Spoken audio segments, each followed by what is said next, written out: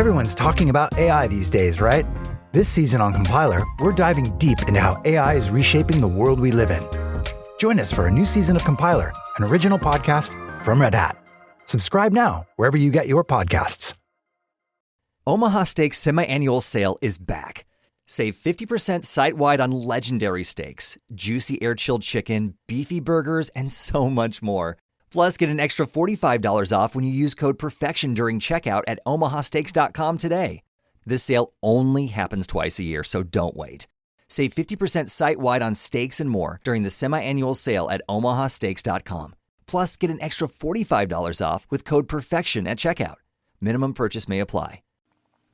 Coming up on episode 237 of Wheel Bearings, we've got the Infiniti QX60, the Acura RDX, the Lincoln Navigator, the first look at Jeep's new upcoming battery electric vehicle, Ford's big reorganization, the Polestar O2 concept, and Rivian pricing. All that and more coming up next. Did you know you can support Wheel Bearings directly? Head to patreon.com/wheelbearingsmedia and you can become a patron today. Your contributions will help fund the platforms and tools we use to bring the podcast to you. And exclusives and improvements are already on the way thanks to your generosity. So if you want to be part of an automotive podcast like no other, head to patreon.com/wheelbearingsmedia.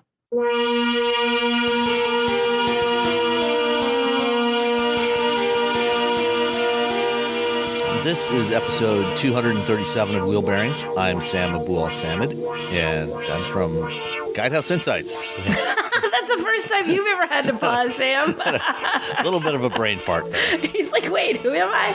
And I am Nicole Wakelin, and this week I will be from Kelly Blue Book.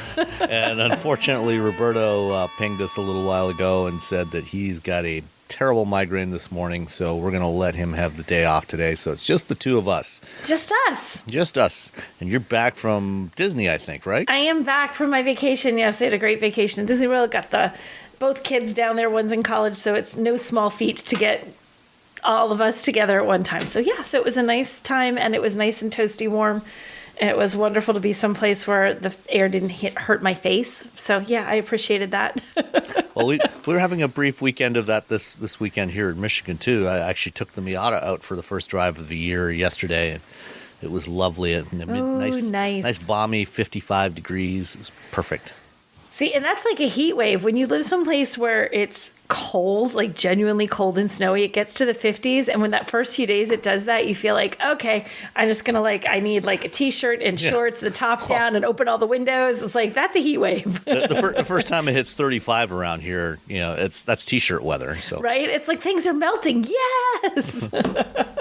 All right. So what have you been driving? I have had some time so far, and I'm looking forward to a few more days in it. The 2022 Acura RDX, I just got to read this entire description. 2022 Acura RDX SH all-wheel drive A-Spec Advance. Well, if you really want to complete it, it should be super handling all-wheel drive. Oh, shoot. Super handling all-wheel drive. I couldn't see. I brain cramped. You brain cramped up who you work for. I forgot what SH stood for. So that's what I have this week. And it is actually the most beautiful color. It's called, I have to look it up, Apex Blue Pearl. It is the prettiest. Oh, yeah, I've seen that. Blue. It's a really striking color. It's a really, really pretty car. The total on the one that I have is $52,845 with destination fee. You want to take a guess, Sam? Do you know? $995. You're just a skosh under, so you would have won by Price is Right rules. It's $1,045. Oh, okay. So modest by 2022 standards. Exactly. Like if this was 5-10 years ago, you'd be losing your mind. But right now, you're like, hey, that's not so bad. So what this has, this year there were a couple of changes. It's not an all new or anything, but they did a couple of updates. There's now standard wireless Apple CarPlay and Android Auto. There's also standard Amazon Alexa. They improved the insulation in it so it rides a little quieter. And they give it a little styling update, little tweaks here and there, but nothing dramatic. So it's, slightly improved RDX, but not dramatically improved RDX. So power for this, 2-liter 4-cylinder. It has 272 horsepower, and it has a 10-speed automatic transmission. Perfectly fine to drive. The transmission is nice. I didn't see any issues with it. It shifts nicely and quietly. And the sound insulation, I have not looked up whether they focused on just trying to make the cabin quiet or really trying to keep the engine noise out. Either way, it is very quiet. Even under hard acceleration, when you mash the gas on this, you don't get any... You feel the car accelerating, but you don't get that noise that's intrusive. Sort of in keeping, Acura isn't really a luxury car, but it's an upscale brand, and it gives you that kind of upscale ride. You expect it to be quiet. You know that it's doing work, but you don't want it in your face. It's not a Charger. So like that, this one has all-wheel drive, which it was funny. This came after a snowstorm, not before, not during, but after. So I didn't get a chance to drive it in the snow, which would have been fun to do. But it does have all-wheel drive, so it is perfectly capable of taking it out there when the winter weather returns, which it's only March 6th. It totally could any second now. It's New England. They only sell Acura does this. We only have one trim of our vehicle, and we have packages. Really, their packages are like their trim levels. So this comes the A-Spec is one thing, the advanced package is another thing, the tech package is another thing. So they just kind of keep piling on the packages, sort of, and that's sort of how you expand your trim levels. The A-Spec package looks really slick, like it's your sporty package, but it doesn't really do anything to how it drives. It just looks cooler. So if you want your car to look cooler, but you don't really care if it is cooler, that's what the A-Spec does. It adds things like you get a black headliner, you get different styling. There's this snazzy sport steering wheel. You get leather and ultra suede seats. Can I just tell you, ultra suede is it actually ultra suede, or is it Alcantara or something synthetic? It literally says ultra suede. Okay. See, on my fancy Monroney, I made sure to double check because I was wondering that too. I'm like, what is this? Nope, it's ultra suede. Just the inserts. You get 20-inch alloy wheels. So you get some stuff that makes it look a little cooler and feel a little sportier. It gives it a nice little vibe, but it's not like it changes how it's going to drive for you. So if you don't care about that, don't do that. If you want it to look cooler, go ahead and do that. The tech package is... That's kind of what there's the tech and the advanced package. The tech package does exactly what you think. It's going to add technology. You get nav with voice recognition. You get a wireless phone charger. You also get ambient lighting with I forgot to look up the number of it, but I felt like it was 9,000 ways adjustable. There was so much. It's one of those you could sit there, ooh, and just play with the lighting. It was really kind of fun. You get front and rear parking sensors, and you get a rear camera washer, which when it's salty and gross like this time of year and your rear camera is useless, that's kind of cool. The advanced package has a lot more of the sort of just comfort and convenience features. So if you want your luxurious vehicle to feel that way, the advanced package does that. You get a heated steering wheel. You get ventilated front seats. The front seats, they're 16-way power adjustable. So you can get unbelievably comfortable in these. I actually like these seats. I drove the Lincoln Navigator 2 weeks ago. Vacation blurs your sense of time 2 weeks ago. And they have a 30-way adjustable seat that has individual adjusting thigh extenders. If you want your left leg to have more support than your right. I actually like the seats in the Acura better. I know Lincoln's going to hate me. They're take her name right off of our list. But I think these are really comfy seats, so I enjoyed that. And driving it, it's not a sports car. It's a smallish SUV, so it's comfortable. It handles well. You won't find that it doesn't feel sloppy. It's very well mannered when the road is kind of crummy. We have very crummy roads around here right now. It's wintertime still in New England. This is the worst time of year actually because the freeze and the thaw has been so extensive. You have potholes that will swallow your tire. So it's a little bit like a Mario Kart situation, yep. Which I'm sure you've got the same thing, Sam. Oh, yeah, absolutely. You're like, oh, that pothole wasn't there yesterday. You're trying to avoid things.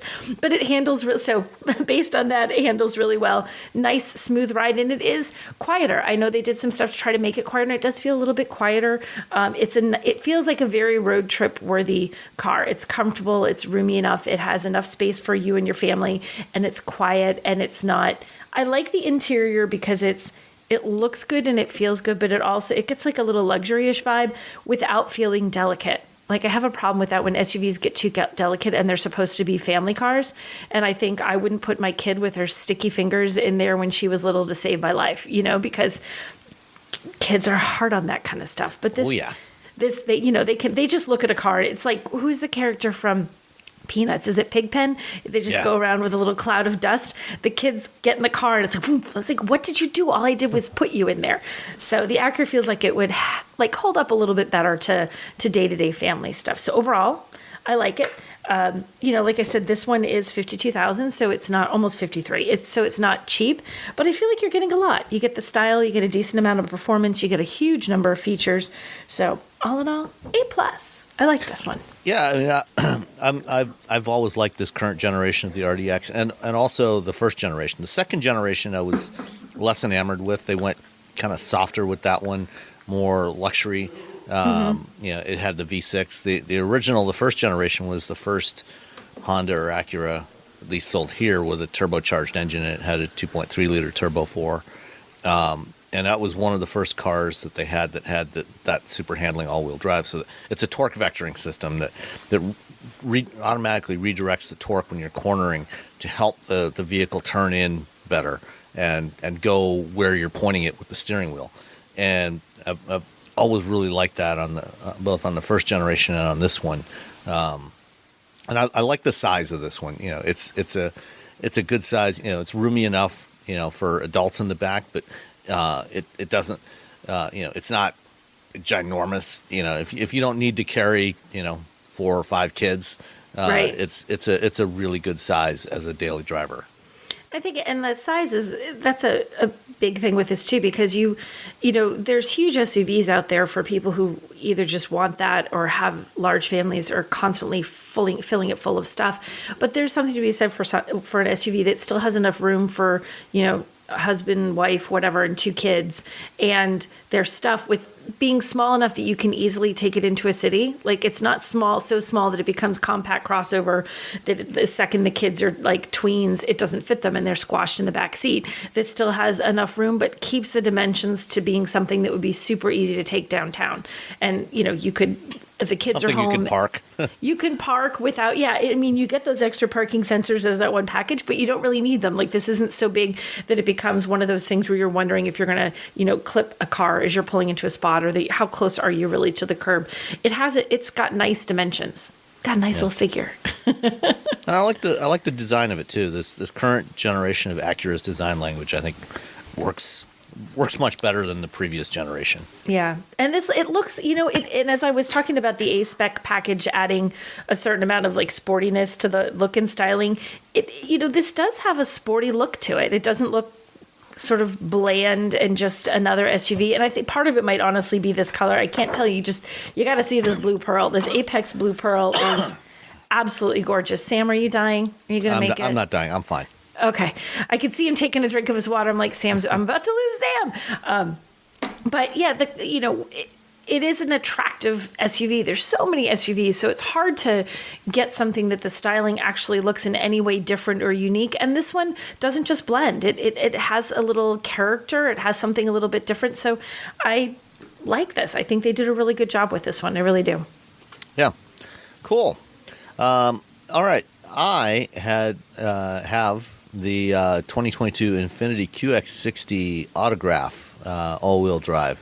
So you and I both drove the QX60 at the launch drive last summer, and I think you had one a couple of months ago. Yeah. So this is Infiniti's big 3-row crossover. It shares its platform with the Pathfinder, which we've also talked about in recent months, both having driven that. This is what, the kind of thing we were just talking about. If you need more space than what you get in the RDX, this is and you want something that's more premium feeling than, say a Pathfinder or a Honda Pilot. This is kind of that next step up. Acura's of course got the MDX, their 3-row crossover. The QX60 is, it's a more luxury kind of feel to it, more as opposed to the sportier character of the Acuras. And I think when we first saw it last year, the design struck me as kind of a cross between Lincoln Aviator mixed with elements of Mazda's current design language. So There's some sculpting in the flanks of this thing, but it doesn't have the creases that you find on the Lincolns, the long horizontal character lines. So it's more like the Mazda look, where it feels like a pebble that's been sitting in a stream, for decades, gradually getting smoothed down. And I think it's a good look that it works well for this vehicle. It also has kind of the floating roof design, similar to the Aviator, but it's got the notches at the D pillar, at the rearmost pillar, on the top and the bottom. So it's kind of a slightly different look. The interior, really nice, especially in the Autograph.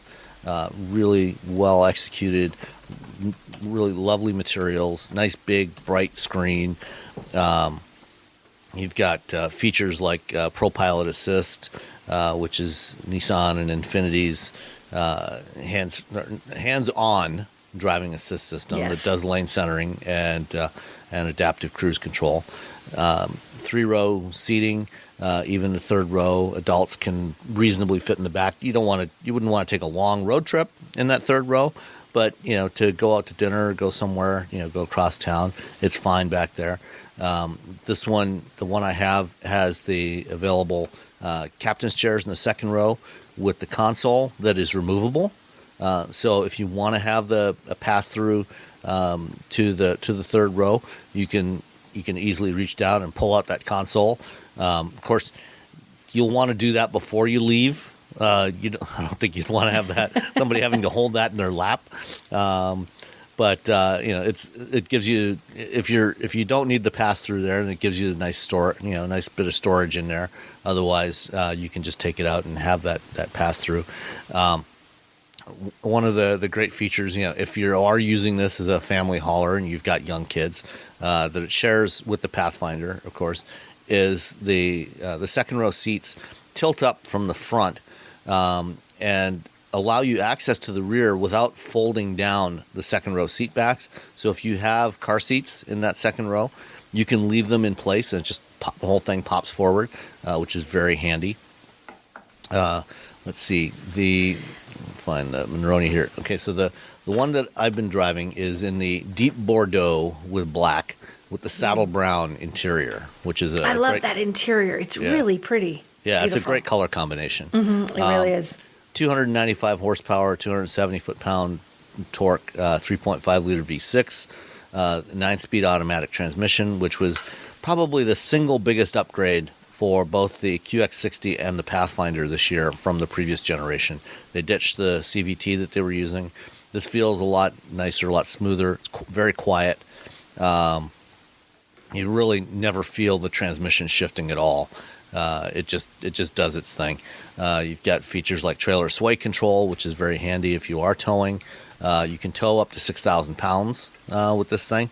Although I think probably most people that are towing that much are probably going to opt for something larger, opt for a full-size SUV or a pickup, maybe get the QX80 or something like that. But trailer sway control is a really nice feature. If you've ever towed a trailer and it starts to get windy and the trailer starts to go back and forth, getting it back under control manually can be a nerve-wracking experience. Mm-hmm. And the trailer sway control just uses the sensors on the vehicle to detect that, and it will automatically start applying the brakes selectively on the rear wheels to just enough to get enough force to get it all stabilized and get you back under control, which is a wonderful feature. It's becoming pretty much standard on most vehicles that are capable of towing, but it's something you definitely want to make sure that you have available to you. You got the panoramic moonroof on this one, full leather interior, hill start assist, ProPilot assist, as I mentioned. This one has the camera mirror, the interior camera mirror, the digital mirror, which I am a big fan of on a lot of these modern vehicles that have very limited visibility to the rear. Having the camera on the back that can give you that unimpeded view of heads and headrests and pillars and everything else. So you can actually see what's behind you is definitely a good thing. So all in, this one came to $64,150, including the $900 upcharge for what they label as super premium paint. Ooh. And it does look premium. It's a great color, and it looks very deep and rich. And the destination charge is actually a little bit cheaper than on that RDX. It's How only much? $1,025. So you're going to save $20. Yeah. I mean, $20 is $20. That's a gallon of gas these days. Yeah, I mean, you're going to pay, what $10,000 more, on the sticker price, but you're going to make it up on make up at least a little bit of it on the delivery charge. Yep. The fuel economy is pretty decent on this one. Can't remember what the EPA rated fuel economy is because they didn't actually give me a proper Monroney. They just gave me kind of a feature list and price. But I've been averaging about 23 miles per gallon, which for a big 3-row SUV that's not a hybrid is, it's decent. It's very much competitive. And on the highway, I can get it up to a little over 24. So that's a good thing. So not going to complain about that. Although, given the way gas prices are going right now, maybe you might want to consider that. What are your gas prices right now in Michigan? Let's see. When I looked the other day, I didn't look yesterday, and I haven't looked today, but the other day it was like $3.75 a gallon for regular. Yeah. So EPA fuel economy on this one is 22 combined, 20 city, 25 highway. As I said, I've been averaging about 23, and we've actually got a question later that we'll get to about fuel economy, and we'll address that later on in the Q&A. All right, some of the news from this week. Stellantis had an investor day event the other day, and they talked about some of their Carlos Tavares, their CEO, talked about their Dare Forward 2030 blueprint for cutting-edge freedom of mobility. And he reiterated a lot of the stuff we've heard over various events over the last 9 months or so. Their EV event that they did last June, their AI event in September, their first annual general meeting that they had after the merger was closed just about a year ago. So they're targeting going extensively EV. They want to be pretty much all electric in Europe by 2030, about 50% EV in North America by that time, by the end of the decade. They're going to have electric versions of pretty much everything they build by about 2025, 2026. One thing or two things that were new out of this one. Well, first of all, they increased their planned capacity for battery production from the original 260 gigawatt hours that they were planning to 400 gigawatt hours, which is what they think they're going to need in 2030. Okay. So that's a significant increase. So we're probably going to see more battery plants both here in North America as well as in Europe. They're also planning on expanding their availability of fuel cell technology to large vans in 2024, and doing with Waymo to have level 4 automated versions of the Ram ProMaster and the Fiat Ducato to offer delivery as a service options with those. But probably the single biggest bit of news here was they showed the first render of the first battery electric Jeep, production battery electric Jeep. It's a small crossover. Looks to be they don't have anything in there for scale. But looking at it, it looks to be it's either the size of it's either a replacement for the Renegade or the Compass. I know, that's what I was trying to say. It looks the way the back slopes a little bit, it makes me think it's a little smaller, but I can't. The length is hard to judge from this. But it's only, is this 2 doors? No, it's a 4-door. There's a cut line there. The cut line. rear door There we go. handle is in the C pillar. That's what I'm like looking at it. Okay. Dark spot. Okay, so it looks smallish to me. Yeah, that's why I'm thinking it's closer to Renegade size than Compass. So probably a little bit smaller than Compass. Although, the thing is with, this is going to be on their new Stella Small platform, EV platform. And, with the EV, as you're designing purpose-built EVs, you tend to have a longer wheelbase, shorter overhangs. So it kind of changes the proportions a little bit. So it's hard to judge. So it might actually be, even though the proportions look more like Renegade, it might actually be something closer in size to the Compass. Yeah, I'm betting my bet's going to be Compass. I feel like Renegade. I feel like they'd go Compass. I like the look of this, though. I do like the style that they gave it, and because I'm not seeing anything in the text. They didn't give much detail about it. But is there a tiny little E in the grille? There is, yeah. Like a teeny tiny little E in slot number 6? Yep, a little blue E in slot number 6. That's right. That's kind of cool. I sort of like the little glowing blue E up front. That's sort of nifty. Yeah. So that'll be your indicator that it's electric. Solid grille and a little glowing little blue tiny E. blue E. Yes. Almost more like a turquoise. Turquoise, I guess. Yeah, turquoisey. Some kind of bluish toned thing. Yeah. But no, and I mean the way this looks. I mean, it looks good. It still looks like a Jeep. It has it. I have no issues with it. It seems to fit with what Jeep has been doing for its designs. So just like the latest iteration, I guess, of Jeep, and I think it looks good. It's all going to depend what it is underneath all that pretty. Yeah.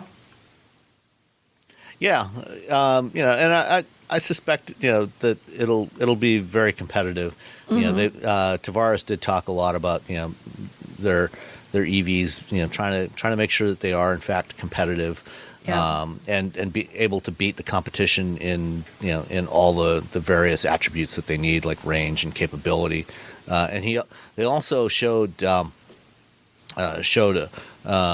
teaser image of the upcoming Ram 1500 EV, and that one has less detail to it than what we see here. So that this Jeep is going to be, they said, is coming out in early 2023. So we'll be learning a lot more about this over the coming months. The Ram. I don't know if you had a chance to take a look at that one. Yeah, we almost kind of have it looks like it doesn't show you much of what it's going to look like aside from you kind of get a feel for the lights a little bit. Yeah, because it's sort of like this stylized. Truck. Yeah, it's like the stylized whooshy kind of thing. You're like, oh wait, those are taillights. Oh wait, those are the front. So it looks nifty, but it's so hard to tell. We're looking at such stylistic stuff. They're doing the kind of thing that a lot, certainly, Ford and GM and other EV makers are doing with using lighting in the fascia to try to give it some character, because you don't need the kind of grille that you traditionally have with an ICE vehicle. So how do you give it some flavor, that is, brand distinctive? And, so they've got the light up Ram logo, where the grille would be, and then the lights, and then similarly at the back, you've got the horizontal lighting and the red Ram logo on the tailgate. It looks like, again, unlike Ford with the Lightning, which is an adaptation of the existing F-150, the gas F-150.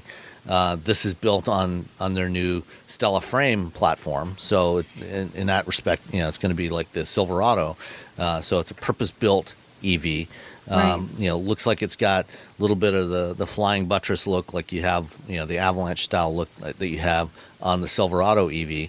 But the fact that they are specifically calling this Ram 1500 electric implies that it's going to be closer, in weight to the F-150, and will in fact be a light duty truck. Right. I think you're right, because they didn't call. Yeah, it's like part of it. It's not like some entirely different electric thing. It's the Ram 1500 just electrified. So yeah, I agree with you on that. Yeah. So that one's coming in 2024. But again, they said that we'll be seeing more of this coming later this year. As a company, Stellantis wants to have battery electric versions of over 90% of their nameplates by 2025. So I don't know yet at this point if Stellantis is going to do a What's New event in June, bring that back. They haven't done that for the last couple of years. I've heard that theoretically they are. That's what. Yeah. So we'll see. I mean, that might be where we get to see the Jeep at least, and maybe get a little more look at the Ram at that point. That's going to be an interesting one this year, because it'll be the what's, for those that aren't journalists. What's New is an event that goes back, I don't know, probably 20 years or more.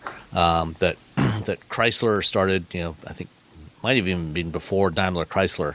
But certainly during the Daimler Chrysler era, where in June of every year at the Chelsea Proving Grounds here in Michigan, they invite media and analysts in. And they have the complete vehicle lineup and get a chance to hop in and drive all the different vehicles and drive they have an off-road course for the Jeeps and the off-road Rams and some track testing with all the other vehicles. And they usually show us some new stuff there as well. Yeah, there's always some hot new thing. You never know which brand it's going to be, but there's always something from the portfolio that they show off for the first time there. Yeah, like the last one they did in 2019, prior to the pandemic, they showed off the Dodge Charger wide-body red-eye there. That was where they unveiled that. It was so long ago. I'm like, what did they show off there? Yeah. Wow. Tim Kuniskis was talking about Dodge, continuing to be a muscle car brand. And, of course, that has now evolved to American e-muscle. So we might even see, a tease of the first Dodge electric muscle car there, which is also coming in 2024. Yes. Going to be a big couple years for new stuff. Yeah. Smartphones have gotten way more expensive over the past decade, and all it takes is one impact on a hard floor to make you wish you had spent a few bucks to put a case on it. Going online without ExpressVPN is like not having a case for your phone, and it only costs a few dollars a month. Nicole, Robbie, and I travel a lot for our work, and we spend a lot of time in hotels, coffee shops, airplanes, and of course the Delta Sky Club. Connecting to the Wi-Fi in any public places with shared Wi-Fi puts your data at risk, because bad actors could be intercepting what you send and using it to steal from you. It only takes some cheap hardware to intercept Wi-Fi data, and even a smart preteen can do it. Hackers can make up to $1,000 per victim selling personal information on the dark web. ExpressVPN stops the bad guys by creating a secure, encrypted tunnel between your device and the internet. ExpressVPN uses state-of-the-art encryption that would take a supercomputer up to 1 billion years to crack. I have ExpressVPN on all my devices, including a MacBook Pro, Windows laptops and desktops, and Android and iOS phones and laptops, or tablets. When I want to be secure, I just launch the app, click once to connect, and my data is secure. As I said, I travel a lot for my work, and I have to connect to countless public Wi-Fi networks in many countries. I have ExpressVPN on all my connected devices so that whoever else is on the same network can't see any of my data. That's important because I often have to check banks, credit card accounts, and transmit client data that might be sensitive, as well as filing articles on news that might be under embargo. ExpressVPN protects all of it, and I've been paying for my own account for years. Secure your online data today by visiting expressvpn.com/wheelbearings. That's EXPRESSVPN.com/wheelbearings, and you can get an extra 4 months for free. expressvpn.com/wheelbearings. All you homeowners have unique needs. Some feel the need to leave up holiday decorations year-round. Others have the need to use their garage as practice space for their new metal band. And because each homeowner has unique needs, Geico helps you get the right coverage for your home and what's in it. That way, you get exactly what's right for you, even if your needs are unique. Get more with Geico. Continuing with the electric theme, yes. let's do the Polestar 2 first. Okay, wait, I gotta skip. Wait, I clicked on the wrong link, Sam. Okay. All right, I'm ready. Polestar. Right, so the Polestar 02, not the Polestar 2, because that's something that's already in production today. Their electric sedan, crossover-ish hatchback thing. The Polestar 02, as in oxygen, is a concept for an electric roadster. What do you think? Oh, it's kind of sleek looking. I sort of like it. Yeah. I don't like the square. The wheels are freaking me out, though. The wheels have like this square Sort pattern. of a cross pattern. Like it looks like a giant X, like a cross. Yeah, those are kind of weird. Those are odd. I don't like those so much. But I like the rest of the car. It's kind of neat.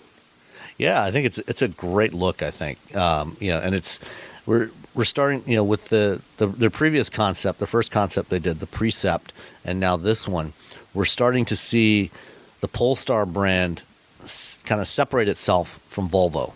The Polestar 2, you look at the Polestar 2 and the Polestar 1, and they both look like they came out of the Volvo design studio. They have the Volvo design language. Yeah. And this one, and as well as the other the Precept and the other upcoming Volvos, the one element they retain is kind of the Thor's hammer signature lighting at the front. Oh, up in the front, yes, but it's sort of angled differently on this. Yeah. Like it's instead of it's a little more swoopy towards the back. Yeah, I didn't see that until you said that. I didn't even see it. Yeah, because the whole front end is tilted back. 'Cause it's done like a sports car. You don't have that more upright fascia that you have on the Polestar 2, where they replaced the traditional Volvo grille on the Polestar 2, with sort of a blocky kind of thing, but the rest of it looks very Volvo. This does not look Volvo. This doesn't look Volvo at all, which I guess is a good thing. Not a knock against Volvo, but just a positive thing that they're finding their own footing and starting to look like their own. Yeah, I mean, if you're going to have a separate brand, and make Volvo's it look going like a all separate electric brand. too. Right. Yeah. If you're going to have a reason to have a brand that's different than the rest of your, lineup, I guess, then you have to make it look different, do something different, and this actually looks different. I like this. So this is apparently based off the same bonded aluminum architecture that they're developing for the Polestar 5, which is the production version. That's the sedan that's coming in 24. There's a production version based on the Precept concept. They haven't said yet if this one is going to go into production, but I would be surprised if they don't build something like this. Again, to set the Polestar brand apart from Volvo. And it also comes with its own drone, so you can film yourself while you're driving top down. The drone comes out of the back, pops up in the sky, and follows you along as you drive. Does it have like a little pod? Is it like a deployable thing, like Star Trek or something? Do you just like push a button? Oh, please tell me you just push a button and it goes whoosh. Yeah, I think you just push a button, and I think there's a panel in the back that opens up and it pops out of there. Well, now I need to play with this. Please tell me that's going to make it to production. That would be awesome. Yeah, that would be pretty cool. No other real technical details on this at this point. We'll have to wait a while for that, but I think that this is definitely a huge step in the right direction for Polestar. Yeah, it really is. It's a striking design, and it does make it stand out. And this is it's a neat choice to finally sort of find their footing with something that you don't see a lot of convertibles. You don't see as many of them. Roadsters aren't as common, but they're super fun. There aren't a lot of options out there if you want something like this. So for Polestar to offer something and make it very much their own, I think is a good call. And I think it fits with the Polestar brand.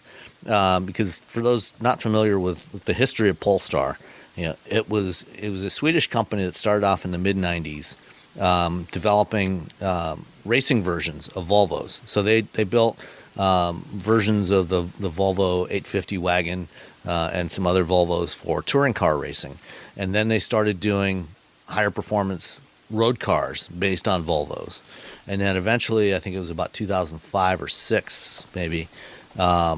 Volvo actually acquired Polestar, brought it in-house, much the way Mercedes did with AMG, and made it the in-house, performance division.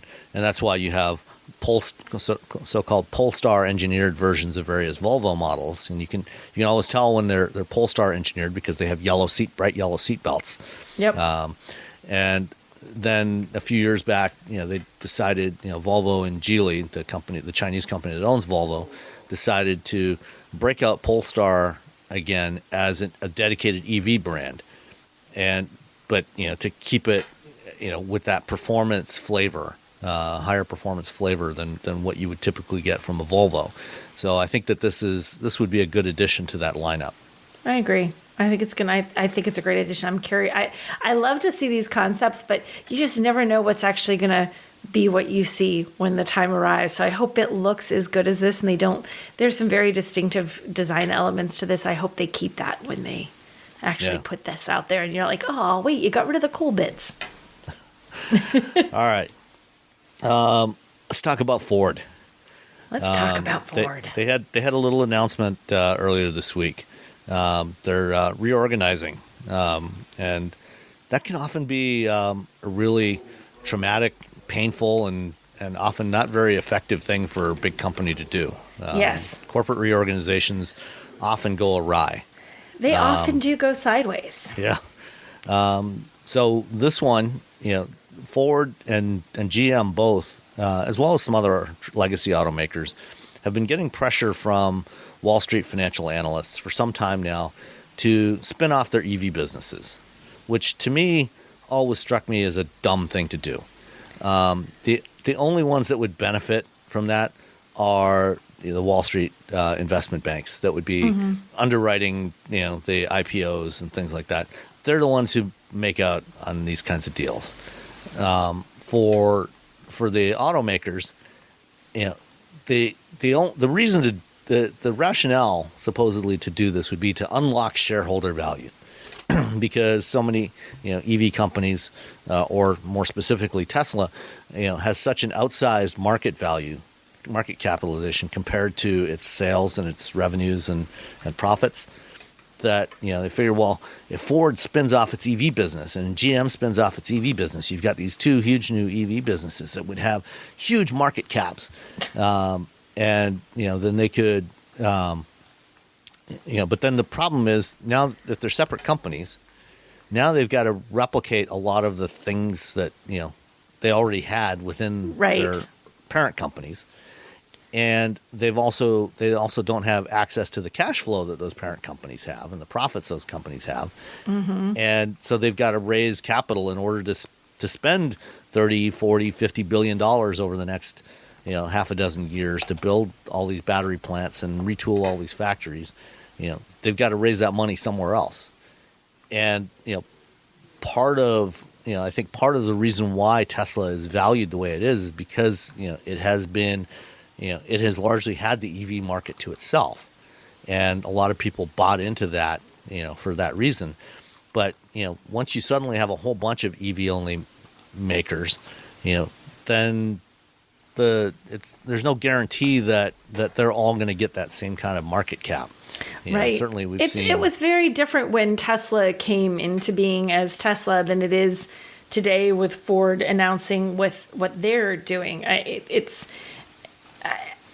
guess I get it to a certain point from the purely let's crunch the market and the numbers and try to make things look right investor wise and to, sort of almost from an appearances point of view. But I don't know that in practically it always works out. And there's a point where you're like, okay, so I get everything is going just from this particular idea. I get everything is going to electric. I get that's where we're going. I get that's where the market that we're going to go, whether it takes 2 years or 20 years. That's where we're going. We're going to say bye-bye ICE at some point.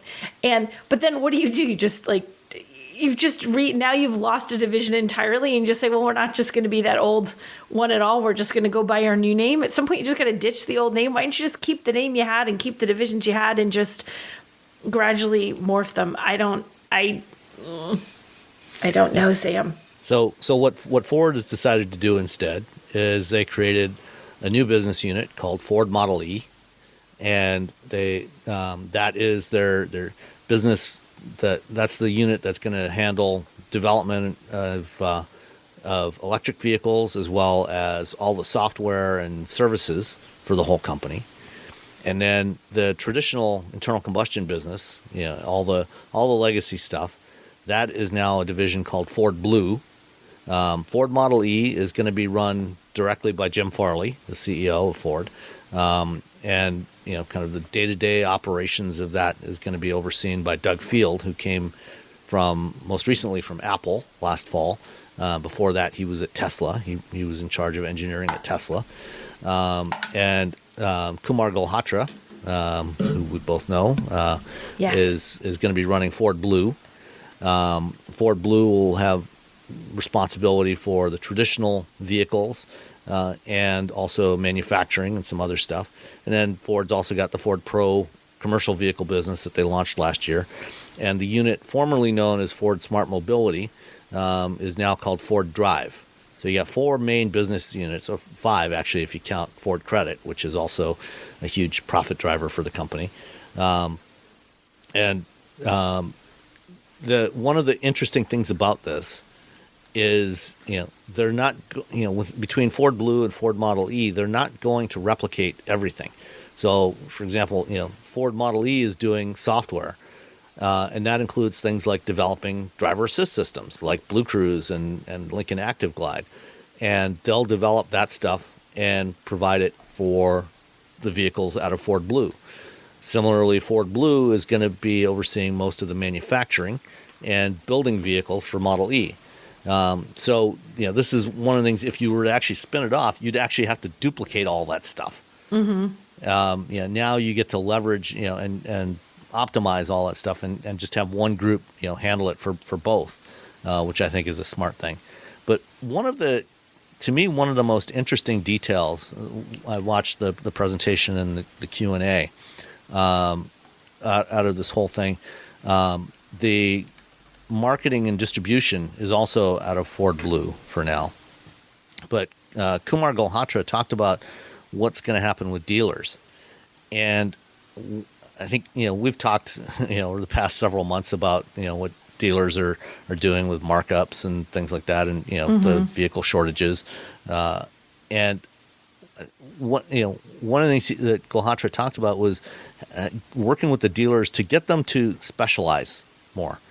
So out of, Ford's 3,000 plus dealers, there's about 600 that are focused, they're Ford Pro dealers. They focus on selling commercial vehicles to fleets and commercial customers. What they also want to do is have some dealers that are specialists in EVs, because they recognize that there's going to be some regions, where EVs are not really going to take off for quite a while yet. And, those dealers are going to be primarily Ford Blue dealers. But they want some Ford Model E dealers. And I think the way I see that playing out is, we've seen, over the past year with the chip shortages, that a lot more people have shifted to doing factory orders of vehicles instead of just buying them off the lot the way that Americans have traditionally done. Mm-hmm. And, if you look at Ford's sales reports, monthly sales reports over the last 6-9 months, one of the things that they've never mentioned before that they mention now every time in those reports is the number of retail factory orders that they have, which has been growing steadily. So instead of going in, looking at what the dealer has available and buying something out of inventory, customers go in because there's usually not much to choose from, and they order it from the factory and they get it, 4 or 6 weeks later. Right. And I think that one of the complaints, with car dealers has been, we sell EVs, we're losing revenue after sales on the service and maintenance. But, that's still going to be the case with EVs, because you're not going to be doing oil changes and a lot of other stuff. So, one way you can compensate for that is by reducing your costs on the retail side of the business, the sales side of the business. When a car comes off the truck today and goes onto the lot, from the minute it rolls off the truck, the dealer is paying interest. They're financing that car because they own that car now. So they've taken out a loan for that car, and they're paying financing charges on that until they turn around and sell it to a customer. Mm-hmm. If, and a lot of the big dealers, they might have upwards of 1,000 cars on the lot. Which is a lot of money that's tied up. That's a lot of money and a lot of real estate that you're paying for. Well, if the Ford EV specialist dealers shift to a model where they have, very little inventory, they might have only a couple of dozen cars that, so they've got some stuff for test drives and, for people to take a look at before they figure out what they want to order, and have a much smaller physical footprint, they dramatically reduce their costs on the retail side. That offsets the losses on the other side. So they can probably maintain their similar kind of margins that they had before, and move those people towards factory ordering cars the way that Tesla customers do. Right. What do you think about that? Well, I think there's definitely it's a move that can happen. I think people are getting used to that idea as well. There is still a lot of frustration on people's part, though. We're very much still of a mind here that, something happens, you need to buy a new car. Well, we don't all go and buy a new car tomorrow and drive home with it the next day, but on occasionally we do. A car gets totaled, or, you have that last repair that says, no, now it's no longer worth fixing my car. I'm going to get a new one. But so you still need one quickly. I wonder how receptive people are going to be to that idea that, okay, well, you can't get one tomorrow. Or if you want one tomorrow, the one that you get tomorrow isn't going to have your fancy ultra suede suite seats because we don't have that in stock, or it's not going to have this or that feature. So it does require a little bit of a shift in the way the public expects to buy their cars. And I think it's been forced that, just by the pandemic, because you didn't have a choice. Things aren't on the lot. You will wait for it. If you want a car, tough luck. But there's still, I think, a lot of frustration that people don't like that. So what I wonder is, yeah, I can see it totally makes sense from the dealer point of view. You're no longer sitting on, hundreds of thousands of dollars of inventory that you're just paying interest on until you sell it to someone. And if you guessed wrong and you've got the wrong inventory, you're sitting on that stuff for a while, or if a car becomes a dud that you thought was going to be a great hot seller and suddenly it's not. But I wonder how much if some dealers or some companies, OEMs decide to do that, how much is that balanced by, well, this OEM decided to keep doing it the traditional way, or what we consider the traditional way, where you have a bunch of inventory sitting on your lot and that you're ready when that customer comes in and you have enough of a variety that they can find it pretty much exactly what they want, or you can have it, within a couple of days because another dealership has it and you can, wrangle and wheel and deal and send it from here to there. Is that guy going to get the sale instead of the guy who makes you wait 4 months to get the car that you want? Or not 4 months. I know that's extreme. Things are much quicker. Let's say it's quicker when the pandemic isn't holding up supply chain issues. But still, if you have to wait, you wonder if that's going to encourage someone to just say, well, forget it. I'm not going to buy from you. I don't want to wait 3 or 4 weeks. I need my car sooner than that, or I just want the car sooner than that. This competitive vehicle is available right now. I'm going to go across the street and buy that one instead. Yeah, and that's definitely a risk. I think a lot. I think a lot of customers, have become accustomed to the order and wait approach over the last year or two. There are some that are still going to want, and there's instances where you need to replace a vehicle right away, like you said, get in a crash and it gets totaled or stolen or whatever it might be. Mm-hmm. And so dealers are going to have to maintain some inventory, but I think it's going to be a lot less. Instead of 500 cars, it might be 30 or 40 or 50 cars. So they have something that can sell you today if you really, really need it. I think that both the manufacturers and the dealers would probably actually really like to shift to this model of ordering. Oh, because, yeah, I'm sure. Certainly for the manufacturers, they can keep production much more in line with actual demand, and then they don't have to do. Thing we've seen over the last year, there's no rebates on factory rebates on cars. There's relatively few financing deals. Right. You can't go into a dealer today and haggle over the price of the car because in the past you could do that because the dealer was, they've got a car that's been sitting on the lot for 4 months that they've been paying financing charges on it. They want to get that out of there. Yeah. So they'll say, okay, fine, I'm gonna take a $500, $1,000, $2,000 hit on this to move the metal. Right. And I think people are just going to have to get used to that approach. Yeah, I think it's going to. But you wonder in the shift from being the having the huge number of cars in the lot to having a lot less, you wonder it's all a timing thing, right? If that's how it's going to move towards, and that more dealers and OEMs are going to move to making just what you've ordered so that you don't have that huge amount of inventory, it's still going to take consumers time to accept that. So you wonder, if the timing is right, is it too soon to really push things in that direction, or is it the right moment because you keep pushing because COVID already kind of pushed everything in that direction anyway? I don't know. Yeah, it's going to be really interesting to see how this plays out. I think that the focusingness on the EV side of the business, especially,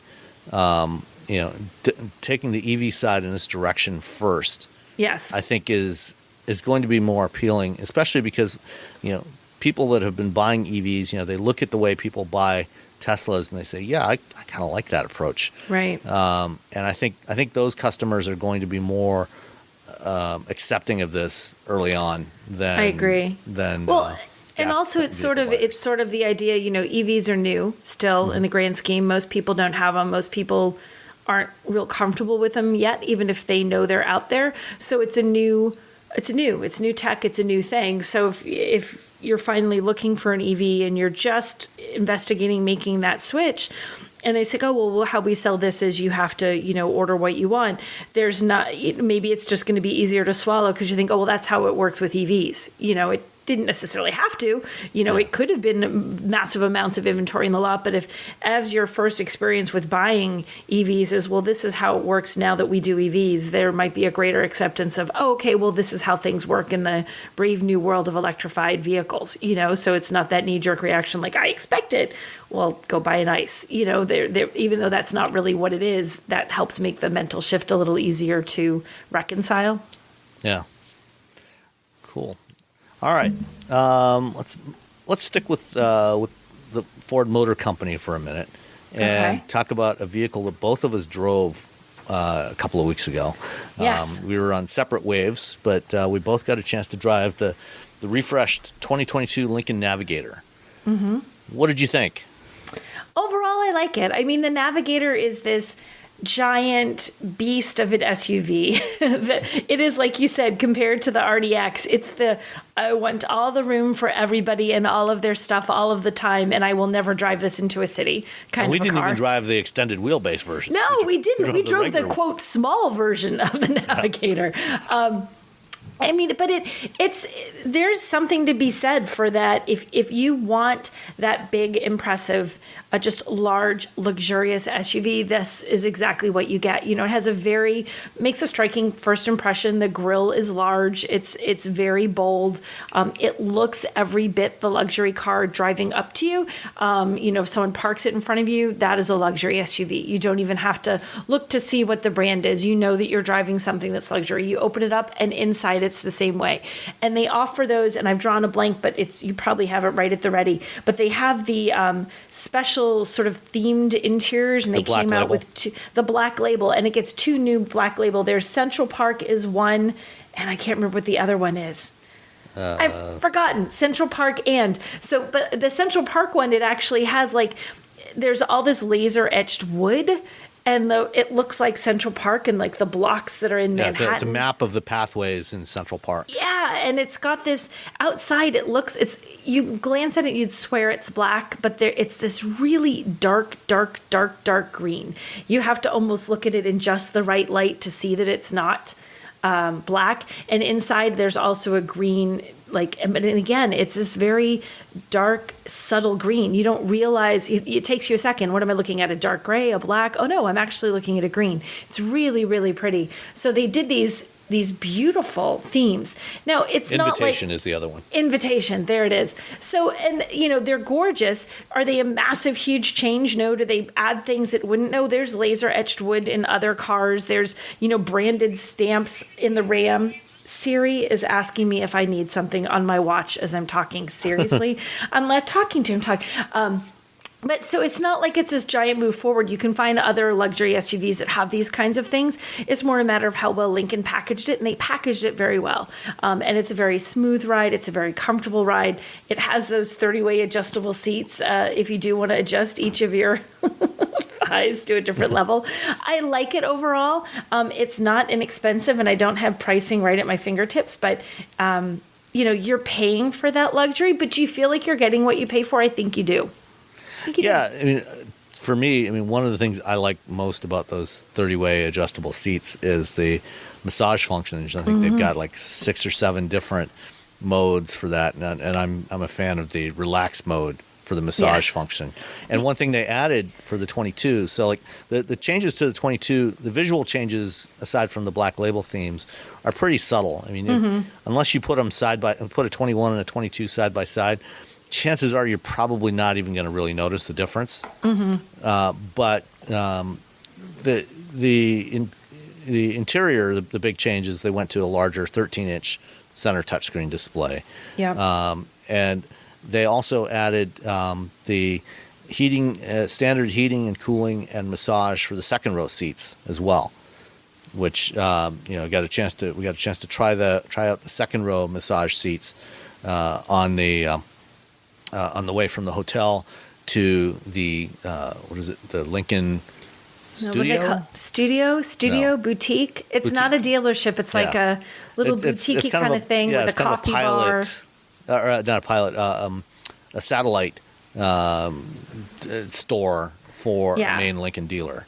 So you go in and there's a couple, like they had a Navigator there, and there was another, not Navigator, Aviator sitting there. But there is a huge, not like for us, but it's like this giant coffee bar and like some chairs and stuff so you can sit. And it reminds you, they're going to hate this. Well, maybe not, but it reminds you, like, you walk into Tesla, it doesn't feel like it's a dealership. It has that kind of vibe. It's just kind of showing you the car. You can talk about it. You could order it. And it's this very upscale, very shishi environment that totally suits the Lincoln brand. It's very on brand for them.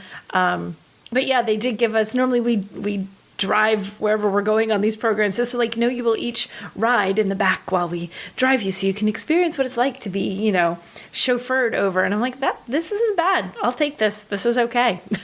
Yeah, and I had a chance to talk with Mike Sprague, who is the marketing director for Lincoln, and I'll include the interview after this segment, so we'll drop that in there, and we talked at some length about the Lincoln boutiques and kind of what the strategy is there. But this is the first one. It's in Scottsdale Quarter, and they're going to be putting these into areas. In this case, it's a mixed downtown area where there's retail and residential, condos and coffee shops and other stores, and people can just drop in there, check out what they have, learn more about the products. They've got little kiosks set up so you can play with Sync 4 and try out some of the different features in there. And they've got a couple of little alcoves where you can sit down on some nice comfortable sofas. And,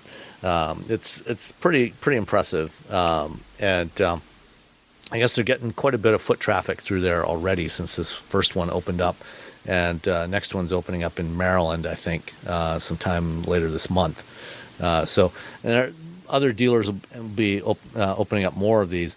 And then at a parking garage nearby, the dealer that owns this one, that operates this one, they've got several different Lincolns that they have some reserved parking spaces in there. So they keep them handy. So if somebody wants to take a test drive, they don't have to go out and find the main dealership. They can just go up to the garage and bring one down, bring it out to the front, and you can hop in and take it for a test drive. So it's quite a nice experience. It is. To pricing, the base Navigator starts at $76,000. So it's cheap, super cheap. Yeah, anybody can afford one. Two, maybe. And the long wheelbase black label can get up over $110,000. Yeah. Quite a bit over 110 if you add in all of the potential options. Now, I'm curious, have you driven the current generation Escalade recently? I have. It's been a good few months since I've driven an Escalade, but yes, I have driven the most recent Escalade. So what did you think about the ride quality of the Navigator versus the Escalade? I thought that the ride quality, it's very smooth. It's very comfortable. I felt like it was a little, like we had not super twisty canyon kind of roads, but we had a little bit of a twistier drive when we were heading towards our lunch stop. And I found like it wasn't as controlled as I wanted it to be. It was almost a little bit so floaty and comfortable, like it was trying so hard to be comfy for the passenger that as a driver, I felt like I was paying a little bit, like having to focus a little bit harder than I should have, and I didn't feel like the control was quite what I wanted. But in terms of the ride comfort, I think this was it was so cushy. Probably, I guess I would say it was maybe a little more comfortable, but not as controlled as a driver as I felt the Escalade was. It's interesting. I found it actually the opposite. I found Did it you really? A little bit stiffer, not quite as compliant as the Escalade, because the Escalade has the MR dampers, the Magneto-Ride dampers, right? That are much faster, much more responsive than the regular, more conventional adaptive dampers that Lincoln uses. And I think from what I've experienced with the Escalade, it's actually got a smoother ride than this one. And some of the pavement, because as we drove up into the mountains, some of the roadways were a little bit rougher. Yeah. I mean, not quite Michigan bad, but you could definitely tell. And it felt like more of the road surface was getting in. I mean, it was still a very, very quiet ride. It definitely fits with Lincoln's theme of quiet flight, but it's not quite as compliant as the Cadillac is. As the Cadillac. Okay, how about something that I can see, because I'm reading your review as we're sitting here talking. Their Active Glide, their hands-free driving situation. What'd you think about that, Sam? It is, and I sat down with the chief engineer after the drive, and I went through all this with him, and I think an Active Glide is just Lincoln's branding for Blue Cruise. So it's the same system that you find on the F-150 and the Mach-E and other upcoming models that Ford calls Blue Cruise. Lincoln calls it Active Glide. It's a good start, but it's not as good as Super Cruise. Yeah, I had the same problem. You literally mentioned this, and I'm kind of, it's always good to see somebody else had the same issues you have with the car. She's like, it wasn't my imagination. I wasn't the odd man out. The number of times that it asks you to take control of the wheel. The plus side of that is that some of them, some systems, when you're taking a corner a little too fast, not a sharp corner, just a highway, curve that's a little too fast, the car waits a very long time, and either it takes it a little bit outside of your comfort zone as a human. You kind of think, oh, am I going to be okay? And you're fine. Or you think, am I going to be okay? Am I going to be okay? Oh, now it's asking me to take over, which is a little anxiety inducing sometimes. With this one goes the other direction. It's very quick to say, you need to take control. You need to take control. So you feel like you're taking control a lot. And and you noticed a similar thing when you were driving, Sam. Yeah. And, I previously experienced the same thing with the Mach-E. And also with the F-150, and the difference in the way, to a large degree, what Ford is doing is the same as what GM's doing. They've got 4 surround view cameras and 5 radar sensors that are the primary sensors for the system. So you've got medium range sensors on each of the corners, including on the fronts. They help to detect cut-ins. So if you're going along and somebody pulls over in front of you into the lane, it'll automatically back off and give them room. But one fundamental difference between the two, they both use maps to define where you can use the system. GM uses high definition maps from a company called Usher that have all the road geometry information, the radius of the curves, the banking of the roads, all that sort of thing. And when you're, as you mentioned, as you're approaching a curve that may be a little bit and your set speed, whatever speed you have it set at right now, is a little bit too fast for that curve to do it safely. What GM does is it automatically backs off your speed a little bit to an appropriate speed for that curve. And then as you exit the curve, it automatically resumes your speed. So if you're going 75 and you should be going probably 65 through that curve, it'll slow you down to 65 or maybe 67, get you through the curve, and then automatically get you back to 75. The Ford is using a different set of maps from a different provider that don't have as much detail. And so when it knows there's a curve coming up that it's not sure about, instead of backing off the speed, it just says, please take the wheel, and you got to get through this curve, and then I'll resume. Yeah. Which I don't think is as good as, I mean, from a usability standpoint, users are going to be more frustrated with that. I think so. And also the interface, the user interface for it is, I think, not as good as GM's. GM has the light bar. And it's very clear. If it's red, you have to take control. If it's blue, it's in its ready state, but it's not active yet. so it's ready to go, and you can engage it at any time. And when it's green, it's active, and it's right there. There's never any doubt which mode it's in, what it's ready for. And the Ford system, it's all in the cluster. You also have an icon in the heads-up display if you have the optional heads-up display. But Ford, their cluster design, the graphics are attractive, but it's a predominantly blue theme. And things like the steering wheel with the hands up in the air, or hands on the steering wheel, it's not as obvious. It doesn't stand out as much as the GM light bar solution. And other brands like Mercedes and I think BMW are also adopting a similar light bar kind of approach. And I told the Navigator chief engineer, you guys really need to consider doing that. The other thing that I found very frustrating, and I experienced this previously on the F-150, is GM has capacitive sensors in the steering wheel. So when you touch the steering wheel, if you just put finger and thumb on the steering wheel, it knows you're touching the steering wheel. It's an active sensor. Ford did not do that. They are relying just on the steering wheel torque. So they're relying on the idea that people are going to be moving the steering wheel a little bit as you drive. And if you actually do hold the steering wheel steady, it gives you a lot of false alerts to put your hands on the wheel, even if your hands are on the wheel. And that is really annoying. That is not, so I wasn't driving. It was my partner was driving, and she was using the Active Glide. And the thing we noticed, we were talking and we were listening to the radio because we were listening to the radio. Like we were trying to listen to the audio quality. So we were both really very much listening to that. And I happened to look, I'm like, oh my gosh, it's yelling at you. Like the car is telling her she's not holding the wheel. She is holding the wheel. Two things. We didn't even notice the warning systems. Like the warning systems were not enough so that she really hadn't been paying, like holding the wheel.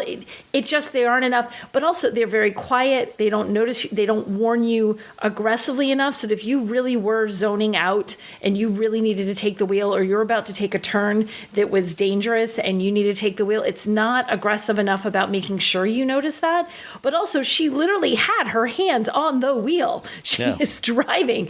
She has no problem. So she's driving, her hands are firmly on the wheel. And at one point she did this like aggressively, like move the wheel in a way it didn't need to. Like, I am holding the wheel. Stop it. Like, it's not great at picking up if you have a very straight road and you're very steady and you're driving.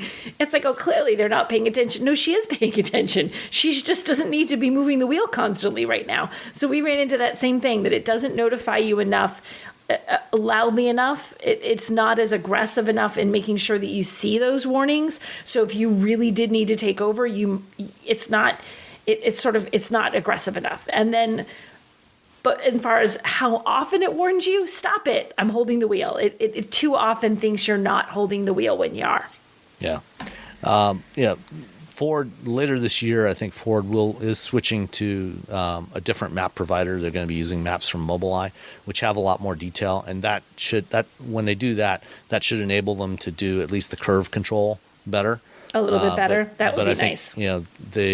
The steering wheel sensing, I think, is going to be more of a problem. They're going to have to change to a different steering wheel design. Yeah, because it just does not. It did not pick up. I mean, the one time she has, I'm like, it's telling you to take the wheel. She's like, what? And she's like, her hands firmly on the wheel. She hasn't had her hands off the wheel. Like she's been holding the wheel for the last 10 minutes and has not let go. What is your problem? So it was a little weird. But aside from that, I really like the Navigator. I mean, I think if you want a big, roomy, comfortable luxury SUV, it's a great option. I guess the one other thing I was a little surprised that they didn't do was offer a hybrid version of it this year, because they've got the hybrid system it's in the F-150. They've got a version of it in the Aviator Grand Touring.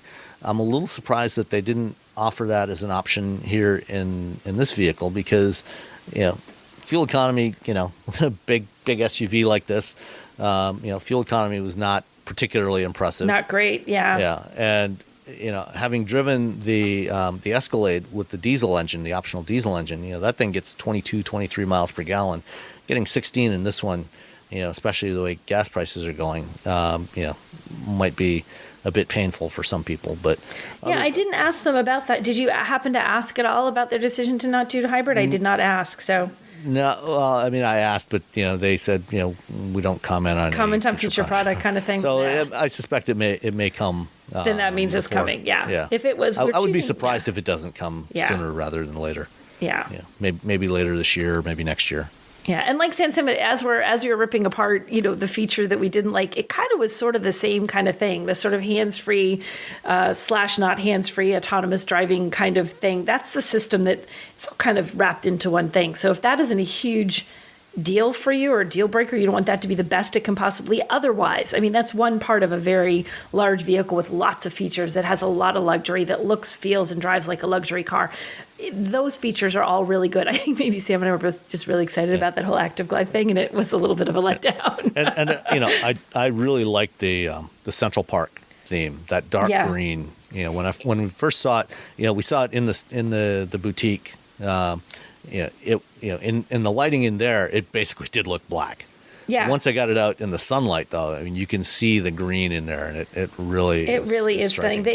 Lincoln worked very hard to, they create these themes for their black label, and it does feel, you're paying a premium even for a car that already comes at a premium, but you are absolutely getting something that when people sit down and when you sit down, you feel like you are in a luxury vehicle. You feel like you're getting a great value for what they're providing. It is unique, it is beautiful, and it is, you feel like it's something special, and you should. Yep. All right. So I'm going to drop in the interview I did with Mike Sprague right here, and we'll be right back. All right, well, let's have a little chat. Sure. For the Wheel Bearings podcast. Let's talk about Lincoln. Lincoln has had an amazing resurgence over the last 6-7 years now. I think since they started introducing the new generation of vehicles, the refreshed MKZ and the Continental, right, and then everything that's followed after that. Now that Lincoln has really kind of gotten back on its feet, almost 200,000 sales last year, and big growth in China. In that same period, China has really become an important part of the Lincoln story. First of all, let's start with where Lincoln goes from here. What's the roadmap for the next decade for Lincoln? Yeah, sure. So back in June of 2021, we did announce that we were going to start transitioning towards electrification with the goal of having a fully electrified portfolio by 2030. So we are seeing the shift in the marketplace, particularly amongst luxury consumers who are adopting BEVs at a higher propensity or a faster rate than the general market. And so we're going to get into that as well. In the near term, we've got the new Navigator that is just coming out, and we've got some other product actions that are coming on our 4 SUVs, Corsair, Nautilus, and Aviator as well. So we're bullish. To your point earlier, there is a resurgence of this brand. We're celebrating our 100th anniversary this year, and for a lot of people, that's pretty telling. Like, wow, a brand has survived 100 years, the ups and the downs. If it can survive the last 100 years, what's it going to look like for the next 100? So there's a lot of excitement, particularly for those who don't really know the Lincoln brand. Mm-hmm. That's where we see the opportunity. What's the time frame for starting to introduce some battery electrics? I mean, some of your competitors are starting to bring battery electric vehicles to market now. We're going to see the Cadillac Lyriq this year, and there's most of the German brands are bringing out vehicles. What's your roadmap for that, for getting into the battery electrics? Yeah, so in June, as I mentioned, when we announced our electrification strategy, we said in 2022 we would start to show what electrification looks like for the brand, and we are still planning to do that sometime this year. Not ready to announce it yet, but later in this year we will be talking about more of our electrification strategy. Yeah, it seems like one of obviously the big theme around the Lincoln brand over the last several years has been this concept of quiet flight, and obviously that's a great fit with electrification. Absolutely. When you drive the either the Corsair or the Aviator plug-in hybrid in electric mode, I mean, they're quiet vehicles to begin with, even with the engines running, as is the Navigator. Right. And then when you go to electric, I mean, it really amplifies that. So it seems like that's something that you really want to try to move forward, as soon as reasonably possible, especially given the success that the Ford side of the business is having with the Mach-E and Lightning. Right. Yeah.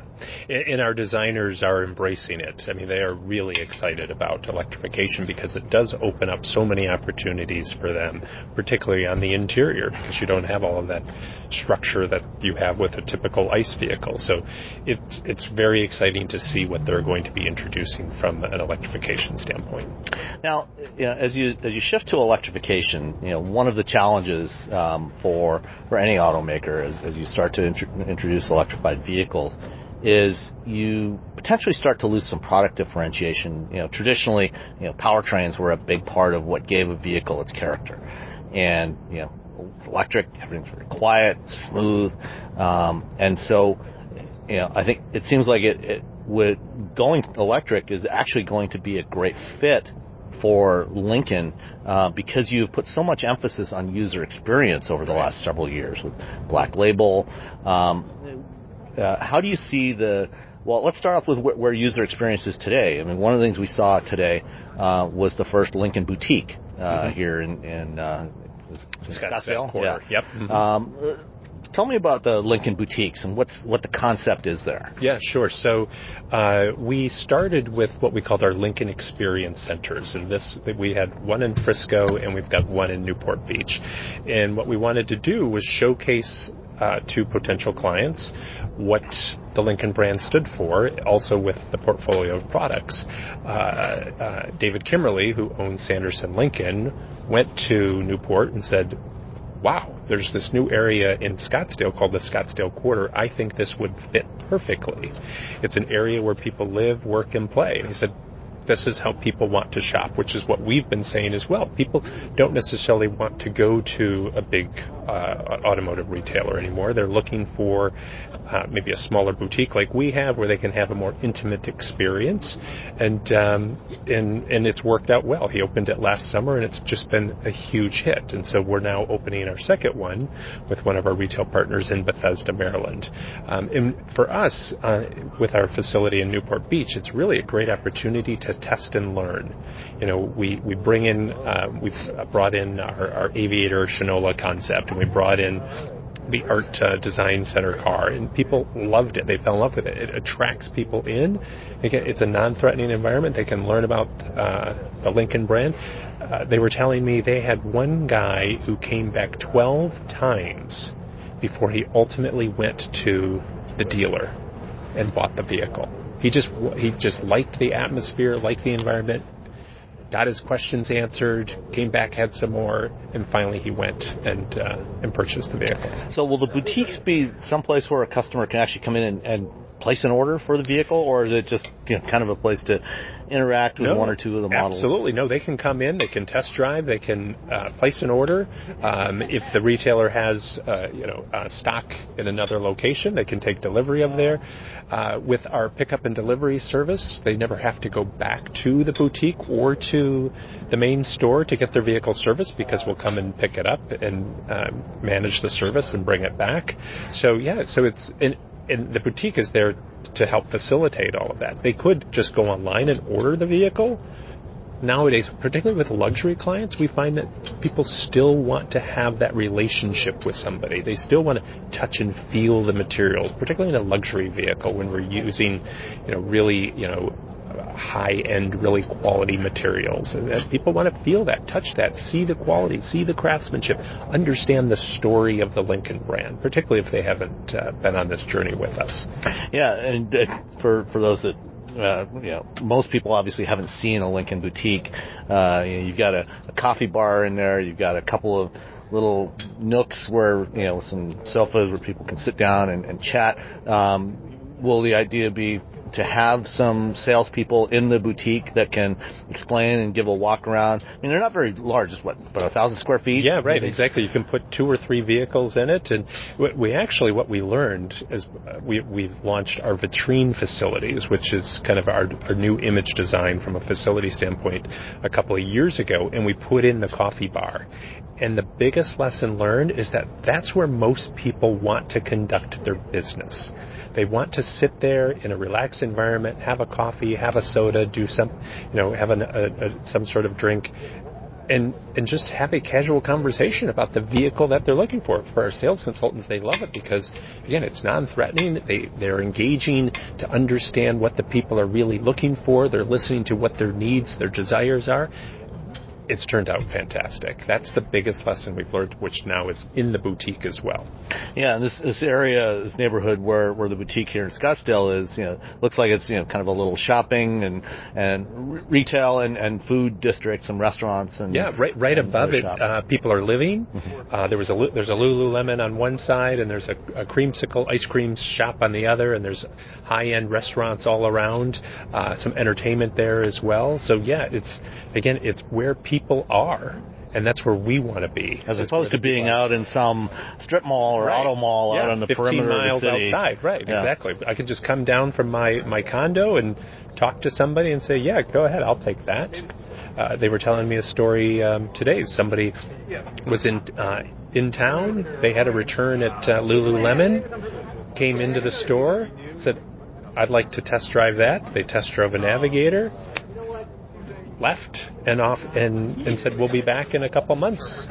So obviously you don't have inventory there. You have we had a couple of vehicles in there today. How would that work out with the dealer?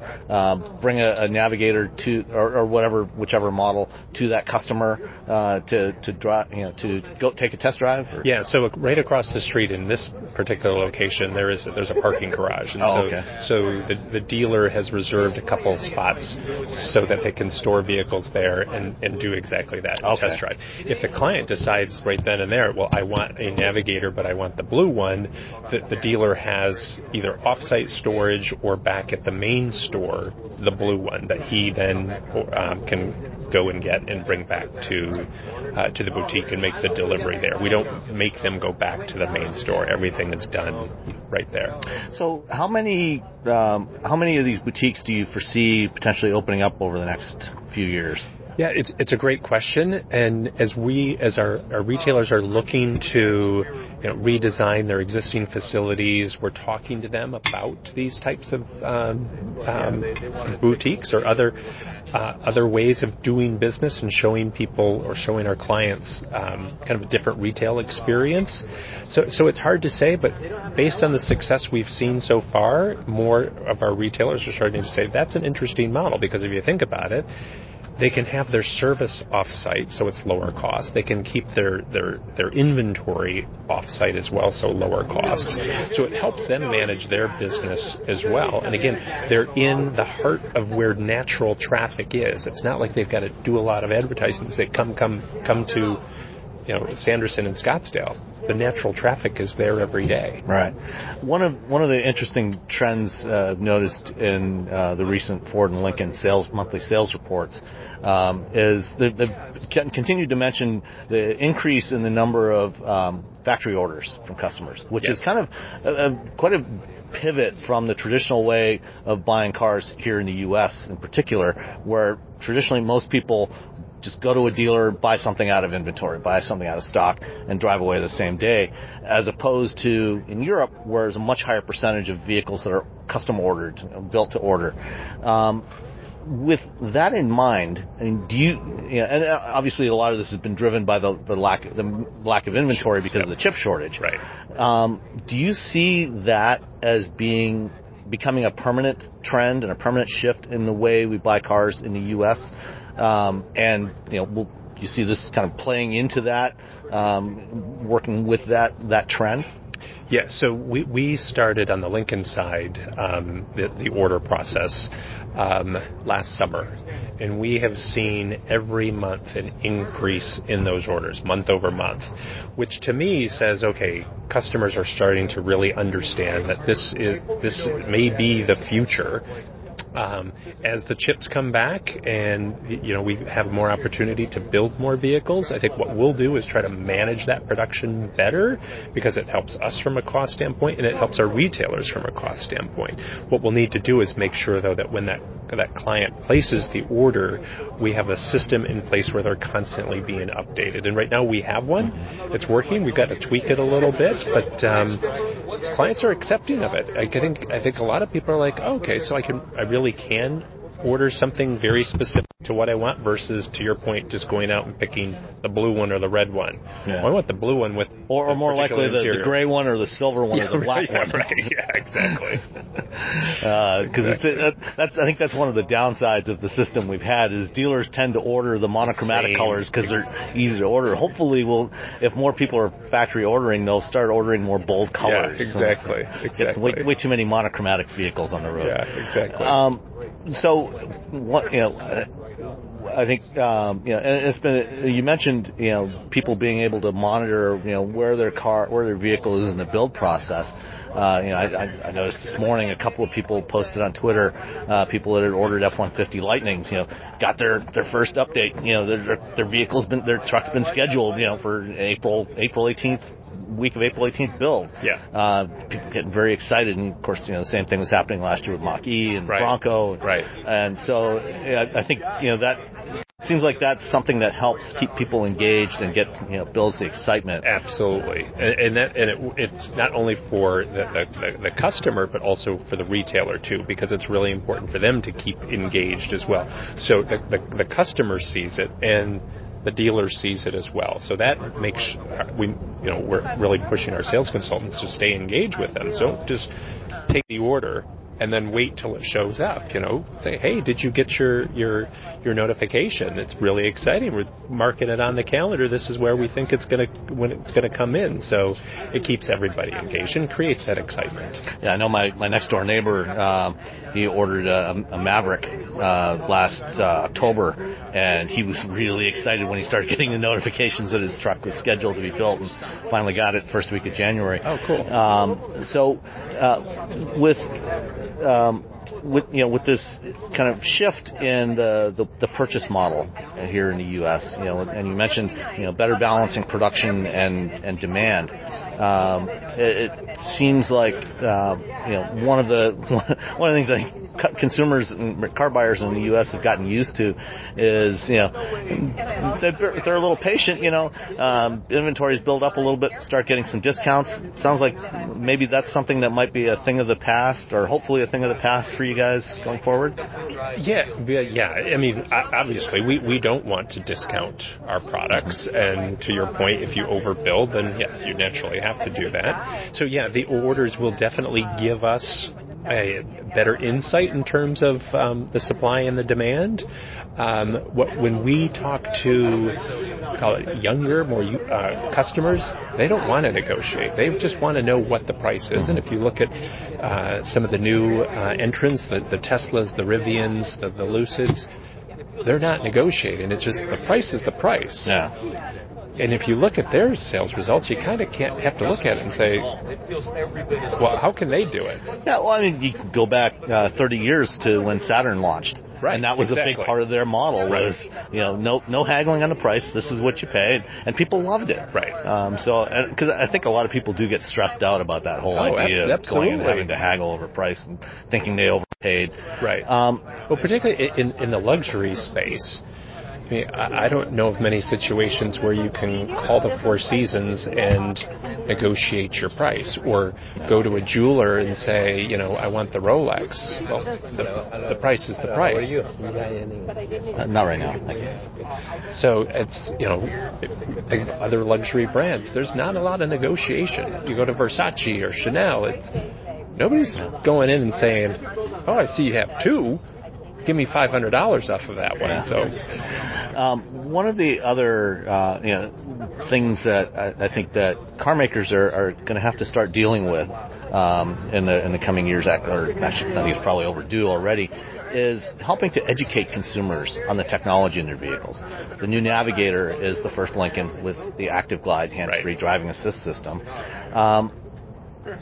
As part of this shift to boutiques, adding the boutiques, are you working with dealers to look at how to help the retail, the staff, either at the boutiques or the regular stores, to make sure they understand the technology and can explain it to customers? Because obviously one of the things you don't want people misusing technology. Right. Yeah, absolutely. That I will say is one of the biggest challenges with the technology coming in, is being able to keep up on it. Because to your point, you just experienced the new Navigator. It is loaded with new technology. And so, we're spending a lot of time and effort with our dealers and their sales consultants to educate them, but we're also putting a lot of videos and things available on the internet, because we know in the sales process or in the buying process, towards the end, clients are getting tired and they're like ready to go, and they're just like, I'll come back if I have any problems. What we find out is when they get home, or when they're the next day when they're looking at their vehicle again, they're just going online and saying, I need help with Active Glide, and Google search, and up pops a video which we would produce and show them, okay, in a minute or two, this is what Active Glide is. It's those types of things that we're spending a lot of time and effort in, because we know that's where people are going. They want to do things on their terms. If it's 10 o'clock at night, you just get home, it's like, I really want to test, the Active Glide. It's like, I can't call my sales consultant because hopefully he's home. So they just go online. Also putting things into the vehicle as well. No longer just the user's manual, but somehow facilitating it through the navigation system or the screen, and adding more content in there as well. And of course, another important change to the 22 Navigator is the electrical architecture, which now provides support for over-the-air software updates for things besides just the infotainment system. So things like Active Glide will be updatable. Right.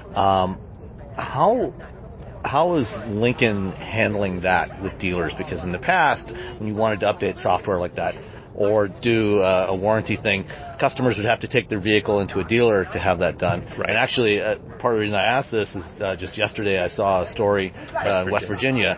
They have a bill that would actually make it illegal to do OTA updates, and that you would have to take it to a dealer. So how is Lincoln dealing with that issue with their dealers? Yeah, so the Nautilus that just came out in 2021 was our first vehicle with over-the-air updates, and there have been a couple of them, and so far so good. It's again, the way we're looking at it is, clients, the luxury client, Lincoln clients, they don't have a lot of time. Time is the number one commodity that they want more of. And if we say to them, hey, there's a warranty issue that we need you to come into the dealership to get fixed, it's like, well, that's a couple hours out of my time.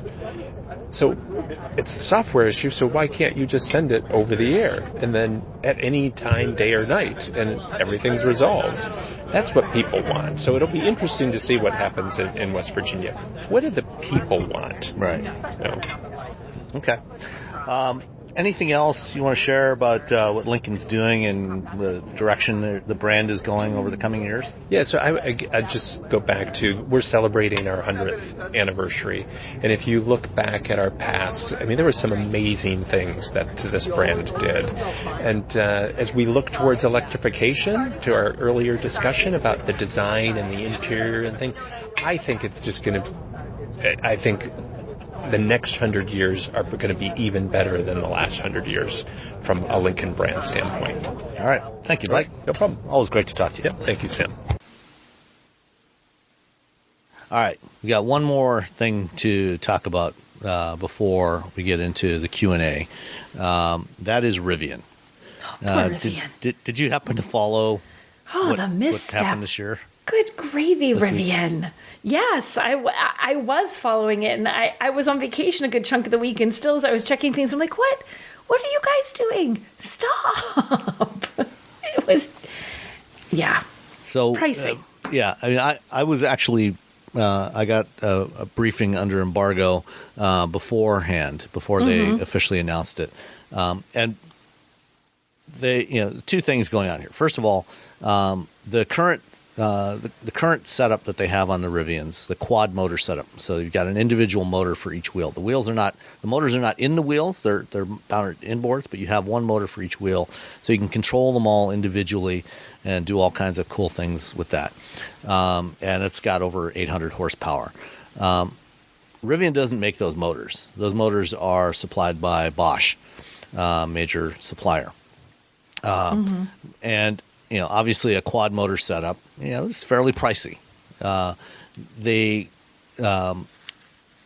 have, alongside developing the vehicle, they've been developing their own in-house motors that they're going to start building, and they're going to offer, starting in 2024, they're going to offer a dual motor setup in addition to as the standard, and then the quad motor will be the optional version. And even with the dual motors, so you only have one motor at each end, you're still going to have well over 600 horsepower, and it's going to be a more efficient setup than the quad motor. It'll be lighter. It'll save, they said, dozens of kilograms, so probably on the order of 70 to 80 pounds of weight, which any weight you can take out of that thing would be good. It's good. And so that's all fine. Having a more affordable version is great, except for one little detail. Yes, that more affordable standard version with the dual motor and the new standard battery pack, which is probably somewhere around 100 kilowatt hours, as opposed to the 131 that they have now, or 134, or whatever it is.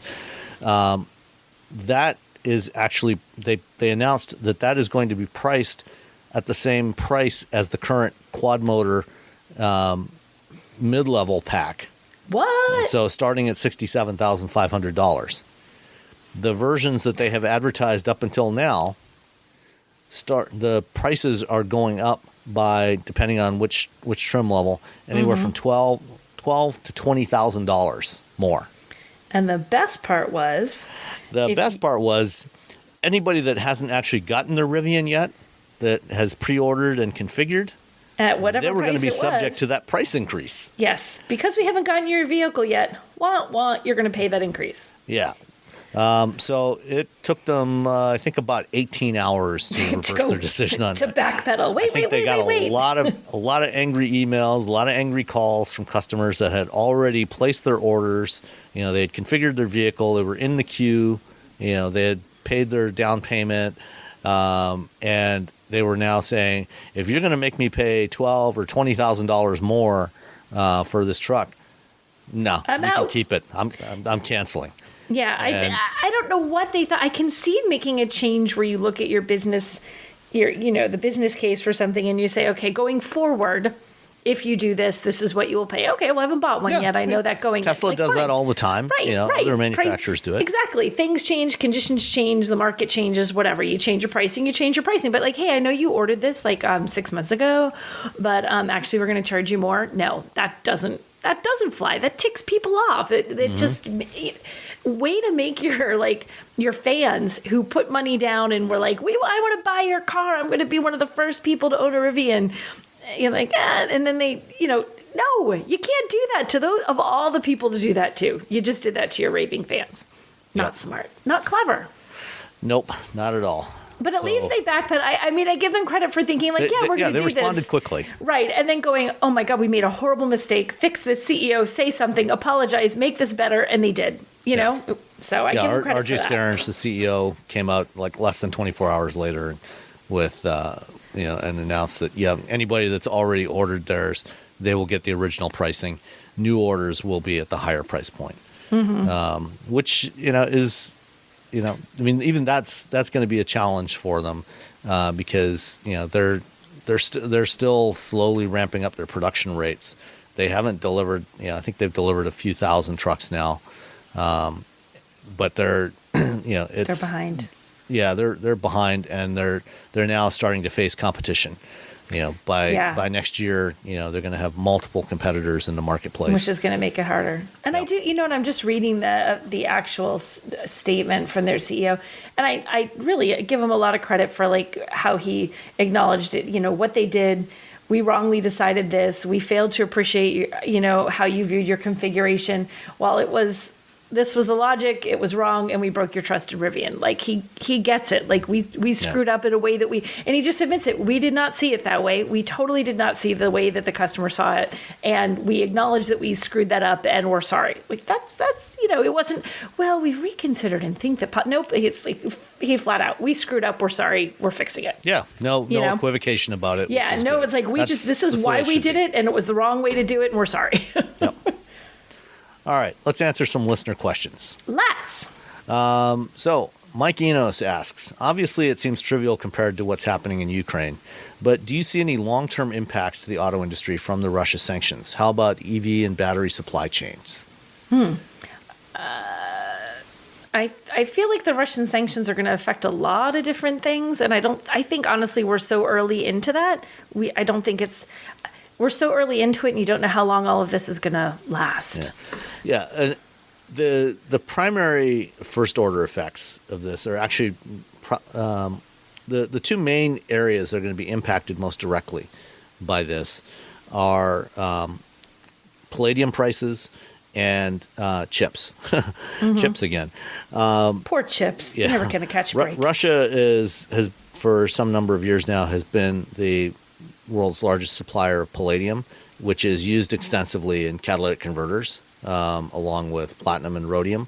They are not the only supplier by any stretch. Not far behind Russia is South Africa. They produce a lot of palladium as well. And then other countries, including the U.S. and Canada, also produce palladium. So we'll probably see some short-term spikes in prices of palladium, but that's probably not going to have a huge impact. Where we may see a bigger problem though is on chip supplies. We get one of the biggest producers of neon is Russia, and neon is not really used directly in automotive production, but it is used in semiconductor production. And so if we have disruptions in the supply of neon, that's potentially going to have a cascading effect on chip production, and you know how that goes. The other, kind of second order effects of this, could be, Russia and Ukraine are also major producers of potash, which is a major component in fertilizer. Mm-hmm. And that could have a longer term impact on food production, which in turn would have, impacts on inflation, and just general impacts on the economy.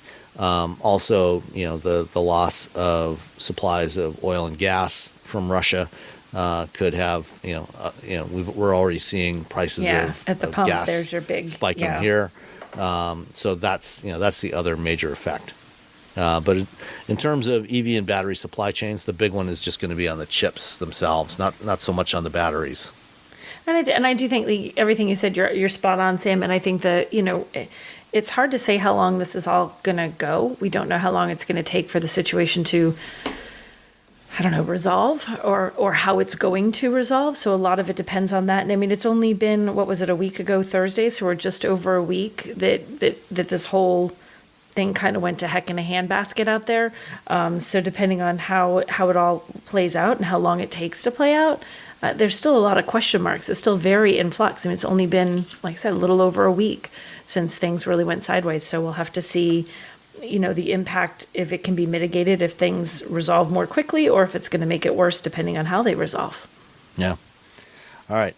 Gifted Napper asks, the Rivian pricing debacle makes me wonder, if we're going to order cars more, what do customers do about price assurance? If I have to plan 6 months ahead to order, then the OE or dealer changes the price, I'd have to either eat the higher cost or cancel the order and start from scratch.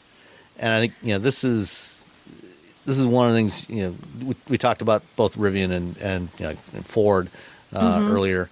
I think one of the things, if we're going to expect customers to rely more on custom orders, that needs to come with a price lock-in.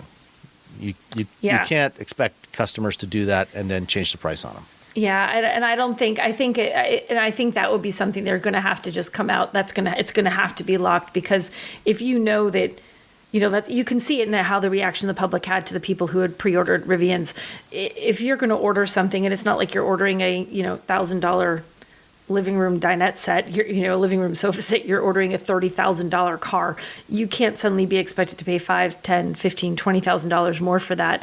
And if you're the OEM who's going to let that price change and be like, I don't know, it could be whatever it is when 6 months, that's a huge reason for you to walk across the street and go to another OEM. If the other guy says, nope, it says 20 today, it's going to be 20 when it comes in, no matter what, that's how much you're going to pay. So I think it's because the Rivian thing was sort of the indicator that, industry, you can't go this way, and I think that's probably a lesson for all the OEMs that they're not gonna do it. The only other thing I wonder though is, like, could you do something where they could have you pay a premium to lock your price? Like, okay, the car is $20,000. It's going to take 6 months to get here. The price could change. Or the car is $20,000. It's going to take 6 months to get here. We can guarantee your price at $2,000 or something. No, I think that's a non-starter. So? No, you don't think that would happen? No way. I mean, if I order something for a specific price, I expect to get it for that price, and customers should not have to pay an extra fee to lock in that price. I don't think they should, but I think it's just a thought. Yeah, I mean, I wouldn't be surprised if somebody tries it. That's what I mean. But, yeah. Yeah, but I don't see that flying. I don't think that's going to work long term. Okay. All right. Al Patton asks, howdy Wheel Bearings crew. For the MPG you give on the show, how do you get that? Do you hand calculate it or do you use the vehicle readout? If you use the vehicle's computation, in my experience, it's usually off by some appreciable amount. In my 05 Toyota 4Runner, it's anywhere from 1.7 to 2.1 miles per gallon optimistic. In terms of MPG measurements, I'm sure automotive tech has gotten much better in the 17 years since my 4Runner was built, but what's been your experience with this? I always use just the vehicle readout. I'm not going to sit there and try and crunch that I drove X number of 5.2 miles and that I'm not crunching it that hard. I'm using what the vehicle readout is. And if I do a lot of highway driving and I just really want to see how it's doing on highway driving, I will reset it just to get my highway drive figures. If I'm doing a lot of city driving, same thing. And if I just want to get an overall, I'll just let it roll and see how it does in a combination of the two. Yeah, it's not perfect, but I don't know that me trying to crunch it by hand is going to be that much more perfect, trying to figure out exactly how many gallons of gas I have burned in the core. Because you almost have to have it for a little bit longer. Like, kind of, okay, if your average is 1.7 to 2.1 different, it's hard to figure that out on one tank of gas or 1 week's driving. You kind of have to a little bit more consistent to come up with that kind of really precise number. So I use the vehicle MPG, what they're saying on the readout, which I feel like is close, but not exact. Yeah, and I mean, doing it really precisely takes quite a bit of effort. Yeah.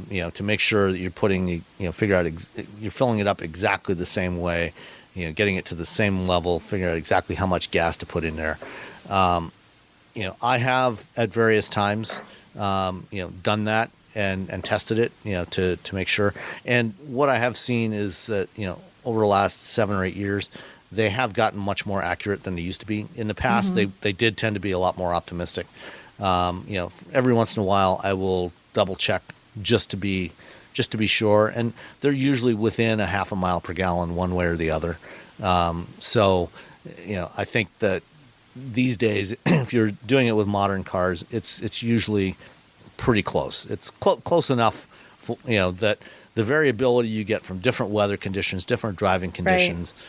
Is usually much more than what you're going to get between the readout in the car and actually measuring it. Yeah, I agree. All right, last one from David of the North. Says, what is your take on the Toyota Cross? And I'm assuming he's talking about the Corolla Cross here. Corolla Cross, yeah. The new compact crossover. I'm hesitant about the reliability of CVT transmissions, even with the new first helper gear. Also, I'm hesitant about first-year production vehicles. Reliability is extremely important to me due to where we live and also the fact that this would be my wife's vehicle. She doesn't mind the sluggish acceleration of the CVT drivability due to the gain in increased increased mileage numbers. In your opinion, does Toyota do first-year production better than other manufacturers? By the way, in Anchorage, Alaska, the current markup is $4,000 over MSRP on any Toyota SUV. It's an easy decision for us. If you have to hold to that number, we will hold to our nope, we'll wait response. Also, I think some of those dealers are getting desperate to have a long list of features. One Alaska Toyota dealer in Juneau listed as features on a 22 Camry all-wheel drive driver's seat and analog appearance. Now I'm wondering if I should list those features in the vehicle I'm going to sell to help fund this purchase. There was somebody that just put up something I was looking, I'll have to find it, but it was like a BMW, and on the list of things that were included, it was like coolant. He's like, oh, well, that's good to know. Thank you. Like, glad you didn't drain that out. Glad you didn't drain that out before you gave me the car. Yeah. Do I think that Toyota is particularly more or less reliable in its first year? I think Toyota overall is more reliable than other vehicles, and I don't know that their first year, I think that just carries through probably, I would think, Sam, to whether it's first year, second year, third year, fourth year. I think Toyota does a pretty good, they're known for being reliable, and I think that carries through. I always think first year production cars make me a little nervous because they do so much testing, but almost without fail, there's, they find something, and you'll hear the OEM say to you, sort of like off the record, like, honest to God, we test the bejesus out of these things, and still, somehow we miss this. And it's not for a lack of testing, it's just that one case scenario, and that's the one they miss. So I think first-year production vehicles all sort of carry that same inherent risk. I'd probably be less nervous about it with the Toyota, just because Toyota does have such great reliability. Yeah, the Corolla Cross does share a lot of its underpinnings with the Corolla. Mm-hmm. So there, most of the hardware that's in there has been used before, including the driver's seat and the analog appearance stuff. It's shared with other Toyota vehicles, so that part shouldn't be a problem. The one potential concern.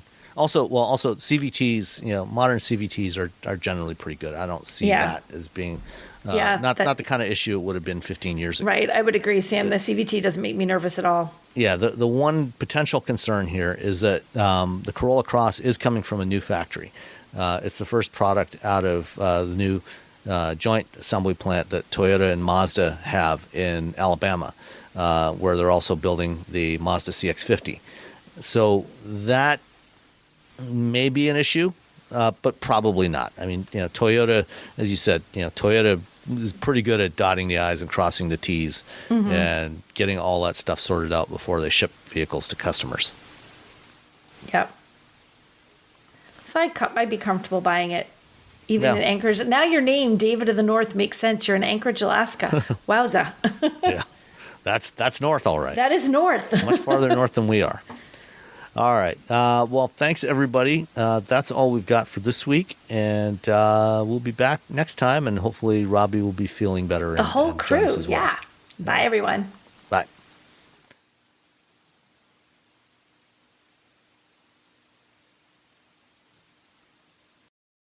All you homeowners have unique needs. Some feel the need to leave up holiday decorations year-round. Others have the need to use their garage as practice space for their new metal band. And because each homeowner has unique needs, Geico helps you get the right coverage for your home and what's in it. That way, you get exactly what's right for you, even if your needs are unique. Get more with Geico.